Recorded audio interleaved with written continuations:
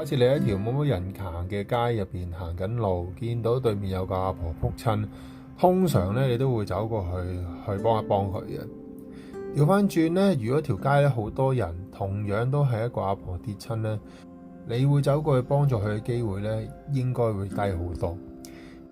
我諗大家都會知道究竟點解會咁做，因為咧身邊有好多人可以同你分擔呢個責任，可能佢會做啦，所以咧唔使你出手啦咁樣。呢個咧就係一個叫做林格曼效應嘅嘢，佢同時間咧都會叫社會怠懶啦，或者搭順風車效應咁樣嘅。呢一樣嘢咧喺返學或者返工咧都成日出現嘅。如果有個上司或者有個老師俾一個任務你一 group 人，呢 group 人咧冇分彼此，冇 leader，冇下屬。喺呢個情況之下咧，好多人都會覺得有第二啲人做啦，所以我唔使俾心機做啦。其實咁樣亦都係非常之危險嘅。所以咧，如果有機會係有咁嘅情況發生咧，一定要揾翻一個 leader 同埋分工清晰。係咁多，拜拜。